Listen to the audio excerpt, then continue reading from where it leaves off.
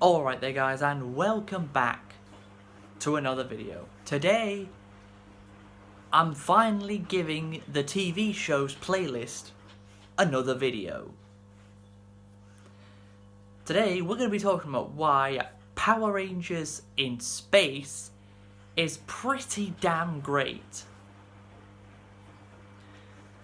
So, over the course of this year, I've had a return to my hyperfixation of when I was a kid of Power Rangers. I've already watched Power Rangers Zeo this year, and now I've finished Power Rangers in Space. Two shows that I never actually watched as a kid because both of them aired before I was born, so I never got a chance to see them. So the series begins with all of the villains from the previous series. So that's Rita Repulsa and Lord Zed from the Mighty Morphin Power Rangers, King Mondo and Queen Machine from the Machine Empire in Power Rangers Zeo, and most recently Divatox and Elgar from Power Rangers Turbo, which was the most recent series before In Space. Even though I've not watched Power Rangers Turbo, I'm pretty sure the ending is Zordon gets captured by the villains.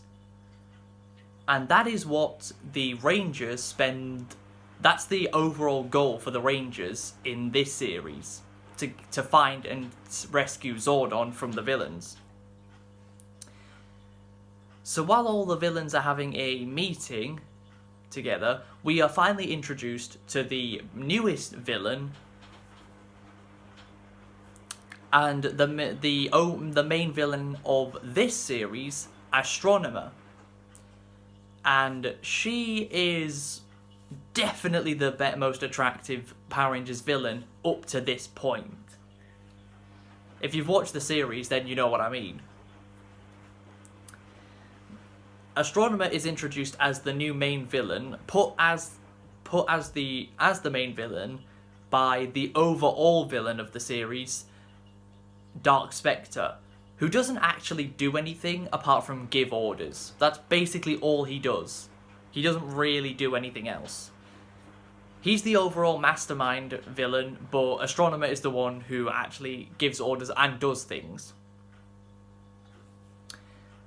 Now, in this meeting, there's a hooded figure that no one seems to notice, who no one really seems to notice who it is. But they rip the hood off this figure, and it's the Red Ranger, the Red Space Ranger, who is called Andros. He is the only new Ranger out of across the main 5 Rangers for this series, as the other 4 are all from Power Rangers Turbo, because they came in halfway through the season when the cast who were playing the Turbo Rangers left. So we have Andros, who is the only new Ranger of the main 5. We have TJ, who is the Blue Ranger now, who is the Blue Space Ranger. He was the Red Turbo Ranger. We have Carlos, who's the Black Space Ranger, and he was the Green Turbo Ranger. And then we have Ashley and Cassie, who were the Yellow and Pink Turbo Rangers, and they're also the Yellow and Pink Space Rangers. And Patricia J. Lee, who plays Cassie, damn. Now she's the most attractive Power Ranger I've seen so far. Amy Jo Johnson is a close second, but Patricia J. Lee is definitely the #1 spot for me. So, most of these episodes follow the usual Power Rangers formula. A new monster gets thrown in. The Rangers fight the monster, defeat the monster gets turned into a giant, and the Rangers call on their Megazord. Now, there's actually more Megazords in this series than ever, but actual Megazords than ever before in this series. There's the Astro Megazord, which is the one that they use the most to start with. There's the Delta Megazord, Then later on in the series, there's the Mega Voyager, which is the biggest Megazord of them all, and the Silver Ranger, who is introduced later on, about halfway through the series, called Zane. He has his own Megazord as well. So there's 4 Megazords for the Rangers in this series. Of course, outside of the Rangers, there's Bulk and Skull, who have been in every single previous Power Ranger series. These two are basically the comic relief characters of Power Rangers, and they play those roles so perfectly every single time. Usually, they'd be spending time with Lieutenant Stone on the police force. But this time, they spend their time with this crazy professor guy who basically tries to prove that aliens exist. That's the main Bulk and Skull storyline for this series. Andros has 2 goals though. Finding Zordon is of course the one of them, but another one is finding his sister Corone, who was kidnapped away from him when they were children. Now, the show doesn't exactly do the greatest job of trying to misdirect you into not figuring out who Andros' sister is. It actually becomes really obvious quite quickly. It's Astronomer. The main villain of the series is Andros' sister. I figured this out a good 5 episodes before it actually got revealed. Just from the way the characters would act around each other. Hell, in one of the episodes, Zane, the Silver Ranger, sneaks off to go on a date with Astronomer.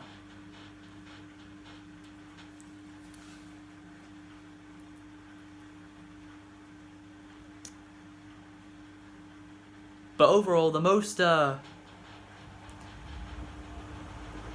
formula doesn't change very much in terms of how the episodes are structured.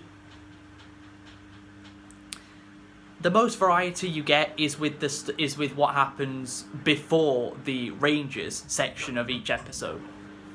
What the characters are doing before they're called in to become Rangers. Personally, I actually like all 5 of the Rangers. If I had to rank them from worst to best quickly, I'd say... Well, no, I'll rank them from best to worst instead. Best is the Pink Ranger, Cassie. Not only because she's the most attractive, she's quite a likable character as well. Next, I'd say is Carlos, the Black Ranger. Then, Andros, the Red Ranger. Then, TJ, the Blue Ranger. And then Ashley, the Yellow Ranger. I like all 5 of them, so putting anyone at the bottom doesn't really mean anything because I still really like all of them. In terms of any crossover episodes, the only real crossover episodes we get before crossover episodes became a mainstay in Power Rangers that happened every season, the only real crossover we get is with Justin who was the Blue Turbo Ranger.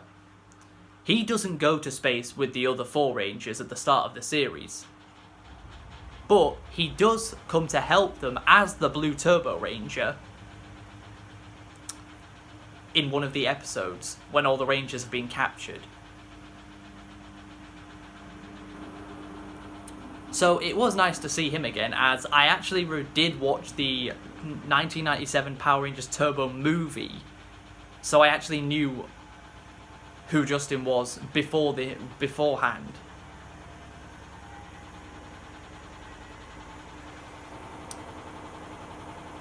But during the series, when Astronomer is finally gotten through to by Andros, he manages to make her realise who she is, that she's not actually Astronomer, she's Corone, Andros' sister. And the villains seem to realise that Astronomer might actually be turning to the good side. So they have Dark Spectre program her into being evil again.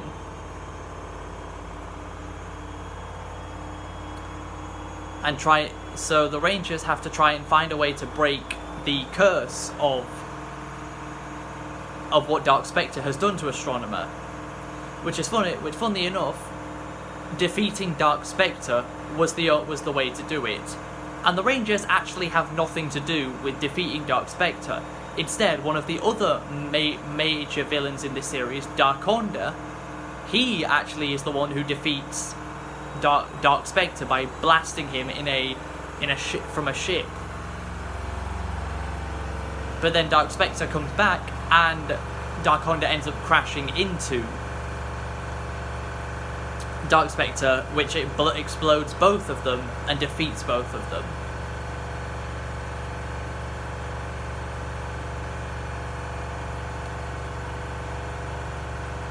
Then we get to the final showdown,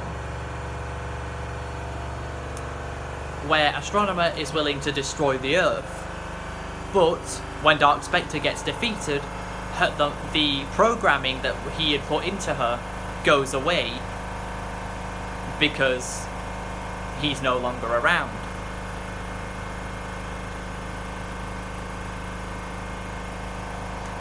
And the finale is like the only time where the villains from the previous series actually make a return. We see them in the very first episode of the show, and then they just don't appear again until the two-part finale, Countdown to Destruction. They are all set to attack different planets and different places in the universe at the same time, so the Rangers couldn't possibly stop them. Andros finally sneaks his way onto Astronomer's ship, and he finds Zordon. And Zordon tells him that the only way to stop Astronomer and all of the other villains is to destroy him. Andros is going to do it. He's about to do it, but then he just can't do it because it's Zordon. He is the overall Power Rangers mentor so far. So he doesn't end up doing it, but then Astronomer finds him and he has to fight her whilst trying to get through to her that she's not Astronomer, she's Corone.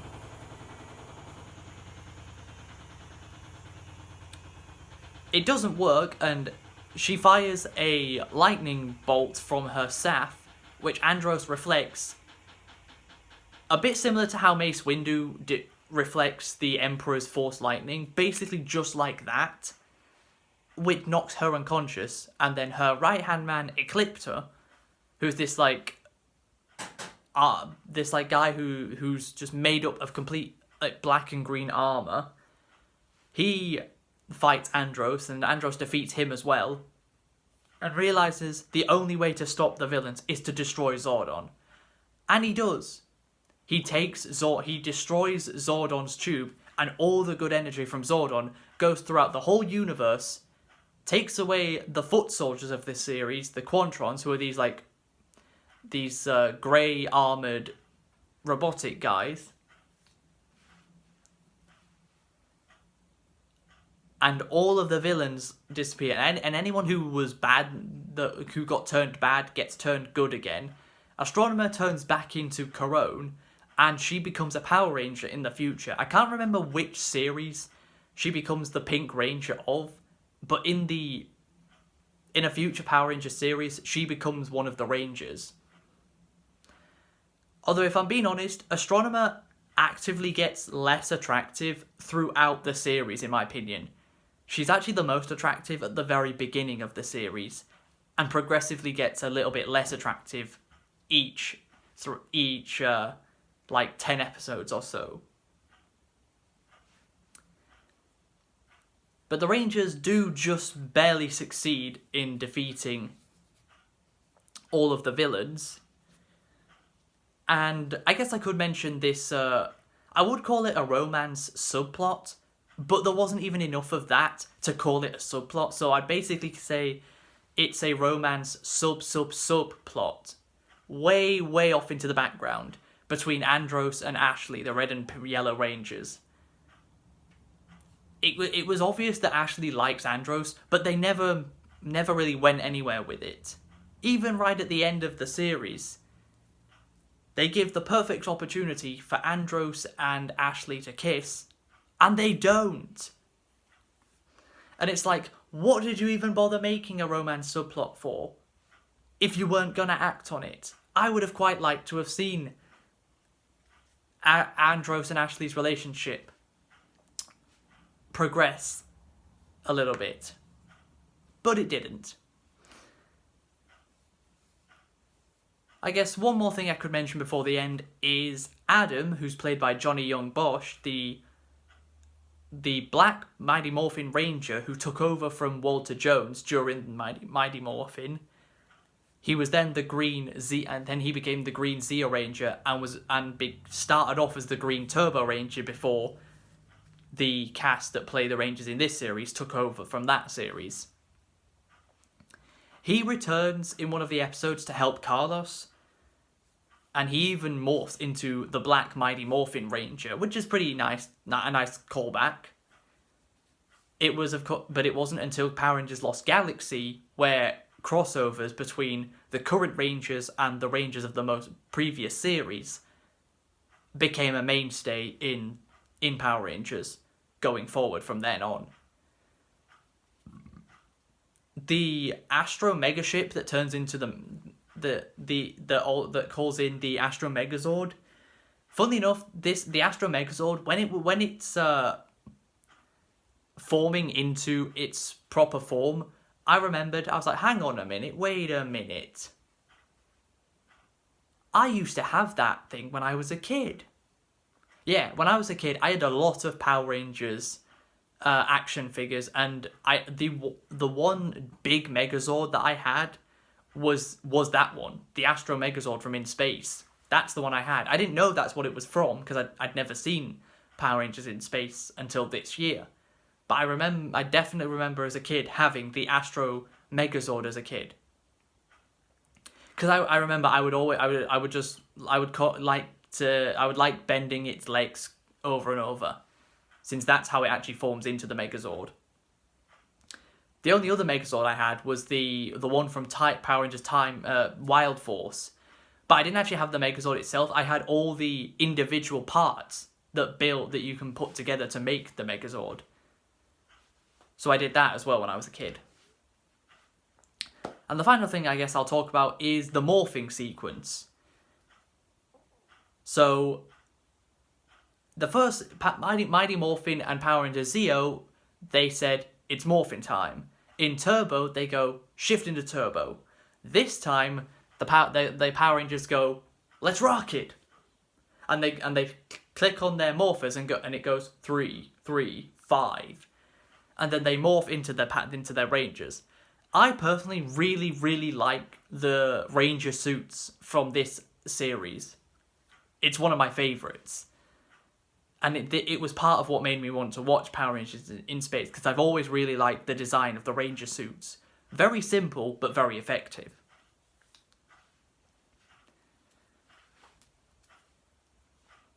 And in the morphing sequence, it shows the character, the Ranger in question's specific weapon that they use, and it also has a bunch of high-tech stats behind the Ranger to, make it feel more sci-fi and because it's in space.